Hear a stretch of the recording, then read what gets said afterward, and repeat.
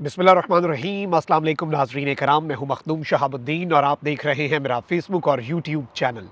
उम्मीद करता हूं आप सब लोग बखैर वाफ़ियत होंगे और जहां भी होंगे अपने अहले खाना समेत खुश भी होंगे और महफूज भी। इंटरेस्टिंग डेवलपमेंट्स हैं। एक जानिब तो पाकिस्तान मुस्लिम लीग नवाज़ और पीपल्स पार्टी पर दबाव बढ़ता जा रहा है और ताकतवर हलकों की तरफ से 36 घंटे का अल्टीमेटम दिया गया है और इन 36 घंटों के अल्टीमेटम के साथ पाकिस्तान तहरीक-ए-इंसाफ और पीपल्स पार्टी दोनों को डराया भी गया है। डराया गया है इमरान खान के नाम से कि प्यारे बच्चों, अच्छे बच्चों की तरह जो हम कह रहे हैं वो कर लो, वरना इमरान खान आ जाएगा और जब वो आएगा तो उसके बाद जो वो तुम लोगों के साथ करेगा वो तुम लोगों के वहमो गुमान में भी नहीं है। ये कहानी क्या है और इसका रिस्पॉन्स किस तरह से दिया जा रहा है? क्योंकि एक जानिब तो खबर आई कि पीपल्स पार्टी रेडी है कि वो वजारतें ले ले, नून लीग का मुतालबा पूरा कर दे, लेकिन उसके बाद बिलावल की स्टेटमेंट भी आती है। इस वक्त अंदर खाते क्या खिचड़ी पक रही है।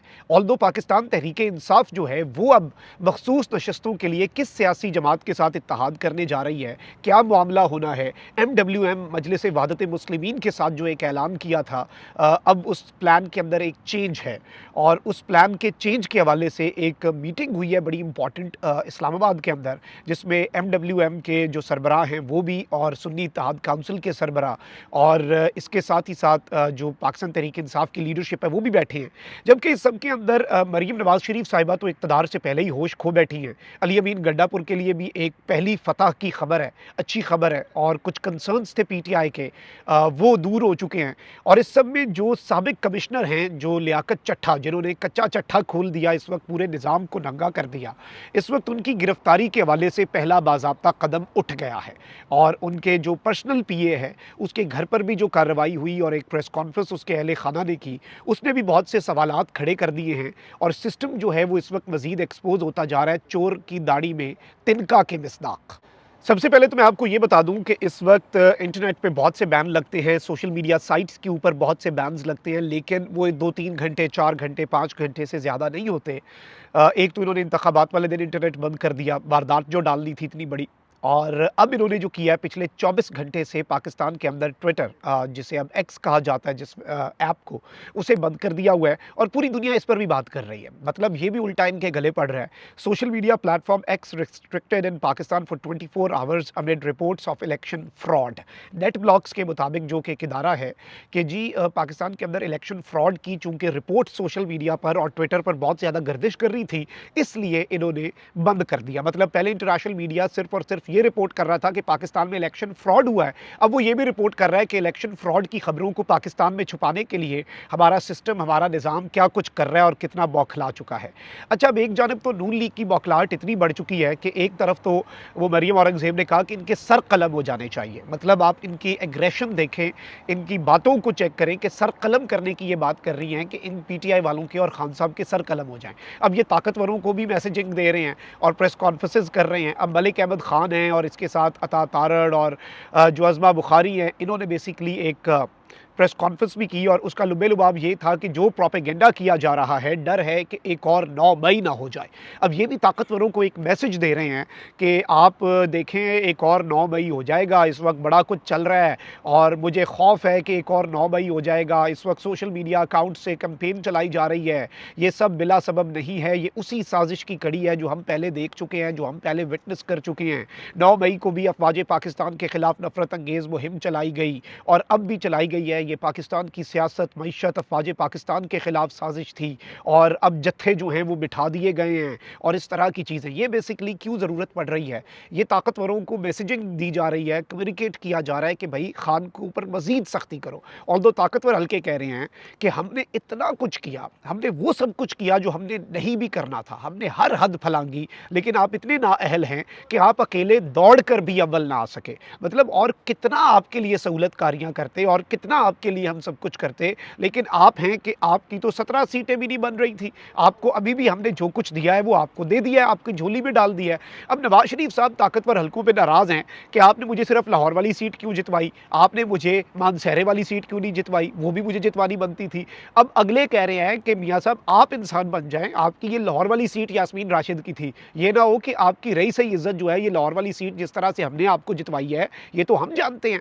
तो आप ये जो बातें कर रहे हैं और ये जो ताकतवर हलकों को तड़ियाँ लगा रहे हैं कि जी अब हम हुकूमत नहीं करेंगे, हम हुकूमत नहीं लेते, पीटीआई को हुकूमत दे दें, हम अपोज़िशन में बैठेंगे, आप ज़रा अपनी जगह पर रहें। और आपको लग रहा है कि इतनी ही आसानी से आप सब कुछ कर लेंगे, आपको लगता है कि इतना ही आपके लिए मामला आसान होगा, तो ये इतना आसान नहीं है, ये इतना सादा नहीं है। ये आपको लग रहा है कि आप अपनी लाहौर वाली सीट भी रख लेंगे, उसका भी खाते हम खुलवा देंगे, क्योंकि ज़ाहिर बात है धांधली से जितवाई गई है मियाँ साहब को वो सीट। और इसके साथ मरीम नवाज़ की वज़ारत आला भी खतरे में है। ये 36 घंटे का इन्हें टाइम दिया गया। और मैं आपको ये भी बता दूँ कि अगले बताने वाले जो हैं ताकतवर, वो कहते हैं कि ठीक है, पीटीआई इक़्तिदार में आ गई तो वो किस पे चढ़ाई करेगी? तो सोचने वाली बात है। ये कह के बेसिकली इस वक़्त नून लीग और पीपल्स पार्टी को डराया जा रहा है कि खान आ गया तो आप लोग नहीं बचते। जो कुछ किया है, चाहे हमने किया है या जिसने किया है, इसका रिस्पॉन्स, चूँकि आप फैसिलिटेटर्स थे, आपके दौरे हुकूमत में ये सब होता रहा, तो इसका सारी हीट जो है वो आपको बर्दाश्त करनी पड़ेगी। और ये सारे एक-दूसरे को खान के नाम से डराते हैं। ये भी ताकतवर हलकों को खान के नाम से डराते हैं कि खान आ गया तो ये हो जाएगा, खान आ गया तो ये हो जाएगा। अगले कह रहे हैं कि भई हम डील करने की तरफ चले गए, हमने अपना मामलात खान के साथ तय कर लिए थे, तुसी कित्थे जासो? मसला तो तुम लोगों के लिए बनेगा, इसलिए इंसान बन जाओ। ये 36 घंटे का अल्टीमेटम दिया गया है कि come up with a solution, government तुम लोग ही बनाओगे। और मैं आपको एक और खबर दूँ, खबर ये है कि ये जो इनकी मीटिंग्स हो रही हैं नून लीग और पीपल्स पार्टी की, और ये जो मुज़ाकरात करवाए जा रहे हैं, इन मुज़ाकरात के हवाले से भी मैं आपको बता दूँ कि मेरे पास जो खबर पहुँची है वो ये है कि ये मुज़ाकरात भी कोई करवा रहा है। बेसिकली इन मुज़ाकरात के अंदर कुछ ऐसे लोग बैठे हैं जो फैसिलिटेट कर रहे हैं कि गवर्नमेंट बन जाए और कि किसी वर्केबल सॉल्यूशन के ऊपर पाकिस्तान मुस्लिम लीग नवाज़ और पाकिस्तान पीपल्स पार्टी आ जाएँ, ताकि पीटीआई वाले ऑप्शन पर हमें ना जाना पड़े। अब यहाँ पर 2-3 और चीज़ें मैं आपको बता दूँ। और इस सब के अंदर एक तरफ तो आप ये देखें कि शायद खाकान अब्बासी जैसे जो किरदार हैं, वो फिर से आ गए हैं मैदान में, और वो कह रहे हैं कि जी ज़रूरी हो गया है कि एक कौमी हुकूमत बने, और पीटीआई भी, यानी कि पाकिस्तान तहरीक-ए-इंसाफ, जिसे माइनस किया जा रहा था सिस्टम से, वो भी इस कौमी हुकूमत का हिस्सा हो। यानी उस तरफ की बात भी हो रही है कि एक कौमी हुकूमत बना दी जाए। अब इस सब में मैं आपको 2-3 चीज़ें बता दूँ कि अब ये जो इन्हें अल्टीमेटम दिया गया है, इस अल्टीमेटम के बाद एक खबर तो ये है कि जी आई के इत्तेहाद की बात हो गई है, सदर बनाने का तो फैसला हो गया है आसिफ अली जरदारी साहब जो है उन्हें, लेकिन पीपल्स पार्टी ने वजारतें लेने का ऐलान कर दिया है। अब यहाँ पर जो दूसरी अल्टरनेट खबर आई है वो ये है कि बिलावल भुट्टो जरदारी ने सरप्राइज़ दे दिया है। पहले खबर दी गई मीडिया को, ताकतवर हल्के और पीपल्स पार्टी और नून लीग ऑन बोर्ड थे कि जी पीपल्स पार्टी वजारतें लेगी, नून लीग की ये जिद पूरी करेगी कि ये बराबर वजन जो है इस हुकूमत का पीपल्स पार्टी उठाएगी। लेकिन इस सबके अंदर बिलावल ने एक स्टेटमेंट दे दी है, और ये स्टेटमेंट डेडलॉक की जानिब एक बड़ा वाज़ेह इशारा है। बिलावल भुट्टो ने कहा है कि जो हमारे पास वोट मांगने आए हैं उनसे वजारतें नहीं लेंगे, अवाम का फ़ायदा देखेंगे, जबकि सदारती इलेक्शन में आसिफ अली जरदारी हमारे उम्मीदवार होंगे। यानी ये तासुर दे रहे हैं कि जी सदर आसिफ अली जरदारी अगर बनेंगे तो किसी डील के तहत नहीं बनेंगे, लेकिन हम किसी से वजारतें नहीं मांग रहे, हम किसी से वजारतें नहीं ले रहे। अब जो पाकिस्तान मुस्लिम लीग नवाज़ है वो वजारतें देने पर तुली हुई है, वो एक अलग बात है, क्योंकि वो ये वजन बराबर शेयर नहीं करना चाह रहे। अब देखते हैं कि ये डेडलॉक किस तरफ को जाता है। लेकिन वहीं दूसरी जानिब पहले अली अमीन गंडापुर साहब जो है, आपको पता है कि जब उनके नाम आया वज़ीर आला के लिए, तो उसके बाद क्या सूरत हाल बन गई, कितना तूफान खड़ा किया गया, कहा गया कि इमरान खान मज़ाहमत की तरफ जा रहा है। फिर इनके कश्मीर के अंदर वारंट गिरफ्तारी जारी हो गए, इन्होंने अपनी सारी ज़मानतें करवाई। अब आप ये देखें कि इलेक्शन कमीशन ने जो नोटिफिकेशन जारी किया शुरू में, वो नोटिफिकेशन था, लेकिन उसमें अली अमीन गंडापुर नेशनल असम्बली भी जीते हैं, प्रोविंशियल भी जीते हैं। अली अमीन गंडापुर का इन्होंने नोटिफिकेशन रोक लिया। मतलब आप अंदाज़ा करें कि अली अमीन गंडापुर का नोटिफिकेशन रोका। ऑल्दो बाद में अली अमीन गंडापुर के लिए अच्छी खबर यह है कि उनके जो कामयाबी का नोटिफिकेशन है NA 44 और PK 113, जहाँ से अली अमीन गंडापुर कामयाब हुए थे, उनका पहले नोटिफिकेशन जारी नहीं किया गया था। लेकिन अब कुछ देर इनका नोटिफिकेशन इलेक्शन कमीशन ने रोका, बाद में अलग से बाकी सब का एक साथ अली अमीन गंडापुर का बाद में इन्हें जारी करना पड़ गया अलग से, लेकिन इन्होंने ये नोटिफिकेशन जारी किया।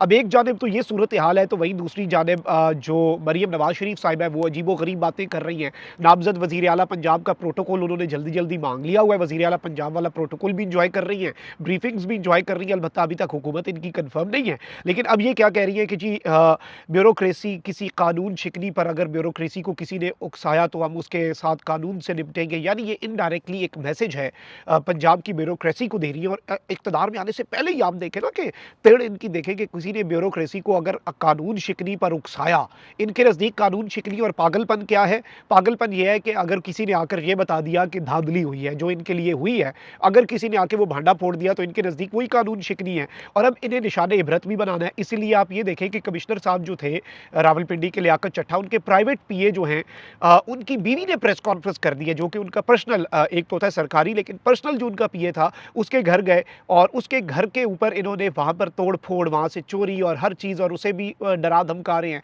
इससे एक चीज़ वाज़ेह है कि सिस्टम अभी तक हिला हुआ है और ये कमिश्नर साहब की जो प्रेस कॉन्फ्रेंस है, उसने जो डैमेज करना था वो कर दिया है, इसीलिए अब आफ्टर शॉक्स आ रहे हैं। कमिश्नर के खिलाफ कल डीआरओ से इन्होंने एक मुबैना नाम नेहाद मीडिया ब्रीफिंग या मीडिया को एक क्लिप फीड कर दिया, वो भी दबरदूस हो गया, कोई नहीं मान रहा। ना इंटरनेशनल मीडिया उस प्लांटेड इंटरव्यू के ऊपर बात कर रहा है। अब यहाँ पर निगरान पंजाब काबीना ने साबिक कमिश्नर रावलपिंडी डिवीजन लियाकत चट्ठा के खिलाफ मुकदमा दर्ज करने की मंजूरी दे दी है। मुकदमा इलेक्शन एक्ट और ज़ाब्ता फौजदारी के तहत दर्ज होगा। आईजी पंजाब को मुबैना तौर पर हुक्म जारी कर दिया गया है। अलबत्ता अगर मुकदमा दर्ज करना था तो एक दरखास्त ऑलरेडी एक शहरी ने दी है और वो दरखास्त रावलपिंडी के अंदर है कि ये लियाकत चट्ठा के ऊपर और सारे डीआरओज के ऊपर एफआईआर हो। लेकिन नहीं, जिनके ऊपर लियाकत चट्ठा ने इल्ज़ाम लगाया है, इलेक्शन कमीशन खुद तहकीकात करा रहा है कि मुझ पे इल्ज़ाम है, मैं करवाता हूँ तहकीकात। काजी साहब के ऊपर इल्ज़ाम है, वो खुद बेंच में बैठेंगे सोमवार को। और इस सब के अंदर आप ये देखें कि डीआरओज जो हैं उनके ऊपर मुकदमा नहीं, जो इंकशाफ कर रहा है सिर्फ उसे सिंगल आउट करके इलेक्शन एक्ट और ज़ाब्ता फौजदारी के तहत इनके ऊपर मुकदमा करके और ये अरेस्ट भी कर लेंगे। इनके ऊपर प्रेशर भी बहुत ज़्यादा है, इनके घर वालों के ऊपर भी बहुत ज़्यादा प्रेशर है और इनके करैक्टर असैसिनेशन भी की जा रही है और अजीबो-गरीब थ्योरीज जो हैं वो दी जा रही है कि जी सेंट टॉरस के एक फ्लैट में क्या होता था, हम ये बता दें। अब ऑब्वियसली मरियम नवाज़ वज़ीर आला पंजाब बन रही है तो ऐसी बातें तो होंगी। अच्छा, अब वहीं दूसरी जानिब मैंने आपको पिछले वीलॉग में एक खबर दी थी कि मुत्तहिदा मजलिस वादत मुस्लिमीन के साथ पीटीआई इत्तेहाद नहीं कर रही, ऑल्दो साहबजादा हामिद रज़ा बहुत बावफा साथी हैं, उनके साथ उनकी सुन्नी इत्तेहाद काउंसिल के साथ पीटीआई पंजाब और वफाक में इत्तेहाद कर रही है और पीटीआई पार्लियामेंटेरियंस जो है उसके साथ इत्तेहाद केपी में और परवेज़ खटक भी इसलिए उस पार्टी से माइनस हुआ। अब पीटीआई के अंदर कुछ लोग हैं जो कह रहे हैं कि हमें पीटीआई पार्लियामेंटेरियंस के साथ इत्तेहाद नहीं करना चाहिए, जैसे अभी अली मोहम्मद खान साहब ने स्टेटमेंट दी है कि मेरे ख्याल में भी पीटीआई पार्लियामेंटेरियंस के साथ इत्तेहाद नहीं होना चाहिए, एमडब्ल्यूएम वाला मामला खत्म हो गया, अब तो सिर्फ सुन्नी इत्तेहाद काउंसिल की बात है। यानी जो मैंने आपको गुज़श्ता वीडियो में खबर दी उसकी तस्दीक हो गई। ऑल्दो लेकिन ऐसी बात नहीं है कि कोई एमडब्ल्यूएम के साथ इत्तेहाद खत्म हुआ या ये सब कुछ। ये बेसिकली किस पार्टी में जाना है ये वो फैसला है। इत्तेहाद एमडब्ल्यूएम के साथ रहेगा और मिनिस्टर गौहर जो है उनसे सुन्नी इत्तेहाद काउंसिल के जो सरबराह हैं साहबजादा हामिद रज़ा साहब और एमडब्ल्यूएम के सरबराह अल्लामा राजा नासिर अब्बास साहब ने मुलाकात भी की। उमर अयूब जो हैं वो भी इस मुलाकात में शामिल थे और वो तस्वीर भी आई है, एक बड़े पॉजिटिव नोट पे मुलाकात हो रही है। तो ये भी एक बड़ा अहम मैसेज है और एक बड़ा क्लियर मैसेज भी इस तरह से कम्युनिकेट हो गया। लेकिन एक चीज़ मैं यहाँ पे क्लियर कर दूँ, जो चीज़ क्लियर करने वाली है वो ये है कि इस वक्त नाज़रीन किराम इतवार का दिन गुजर चुका है और अब 36 घंटे हैं इनके पास ऑलमोस्ट। इन 36 घंटों में अगर पाकिस्तान पीपल्स पार्टी और पाकिस्तान मुस्लिम लीग नवाज़ किसी ऑप्शन की तरफ नहीं आती तो फिर ताकतवर हल्के 3 ऑप्शन इन्हें बता रहे हैं कि एमरजेंसी भी लग सकती है, निगरान हुकूमत भी आगे कंटिन्यू कर सकती है, री इलेक्शन में भी हम जा सकते हैं इलेक्शन मुअत्तल करवा के, क्योंकि सुप्रीम कोर्ट को हमने ही ऐसे करना है और हो जाना है। और इसके साथ ही साथ मार्शल लॉ की बात तो हो रही है लेकिन उसके कोई इम्कानात नहीं है और ये इस वक्त जो धमकी है ये क्लियरली कम्युनिकेट कर दी गई है इन सबको। कमेंट सेक्शन में राय का इजहार जरूर करें। अपना बहुत ख्याल रखें। अल्लाह निगहबान। पाकिस्तान जिंदाबाद।